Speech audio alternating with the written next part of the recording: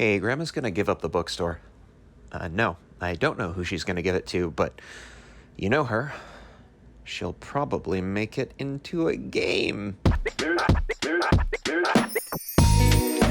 In TLDR, our grandma is getting ready to pass on the family store, but only one of us is going to inherit it. Fortunately, it's a mess, so there will be lots of opportunities for us to earn her brownie points as we organize the store. And when the store is ultimately cleaned up, the player with the most brownie points wins the game. But how do we organize this mess? And how do we get those sweet brownie points? Every turn, you're going to take a stack of books from one part of the store and move them to another, leaving behind one book for every space you pass through. It's a bit like Mancala, but more freewheeling in terms of movement, and prone to OSHA violations when the stacks get too tall, like this one just did. Can't put anything else on top of that stack until we move it again. Anyway, the space where we place our last book determines how it gets organized. It might end up in the front window, or on a display table, or it might help us change up our staff picks. But how does any of that get us those sweet brownie points? It mostly comes down to sales. Now, sales happen every time we fill a display with 3 books, and that sale is going to score immediately. And it's going to score for every player, every time. So this is where your staff picks come in to differentiate you, because every sale favors one book genre based on the majority of the books in the newly completed display.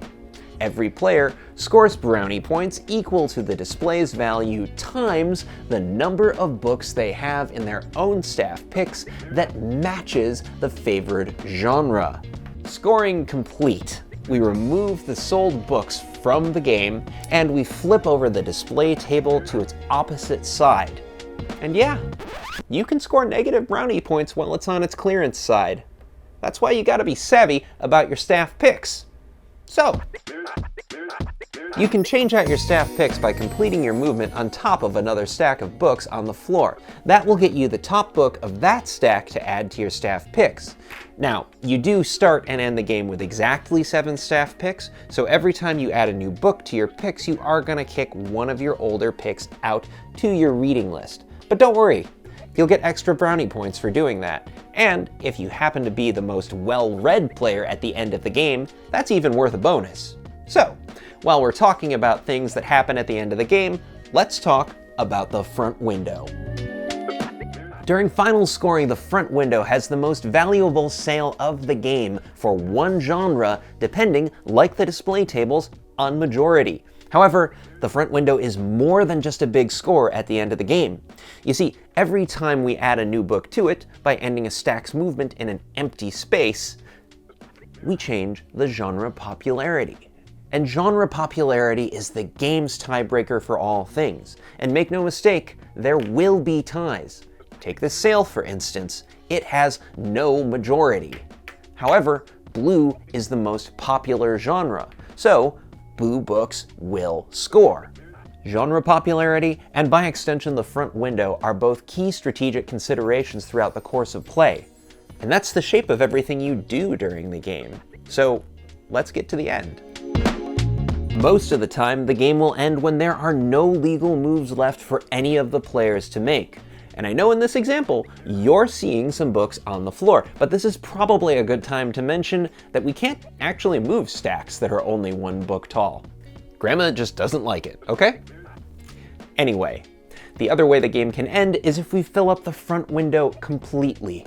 If either of these triggers occurs, the game ends immediately and we move on to final scoring, which has 3 steps. First, any of the display tables that have at least 1 book on them will perform one final sale. Second, the front window will perform its sale. Third, the player with the largest reading list will get a brownie point bonus. After that, the player who has the most brownie points is declared the winner. Thank you so much for watching this introduction to TLDR. However, this hasn't been a how to play video, So, if you're interested in learning more, the rules are linked below. Take care and happy gaming!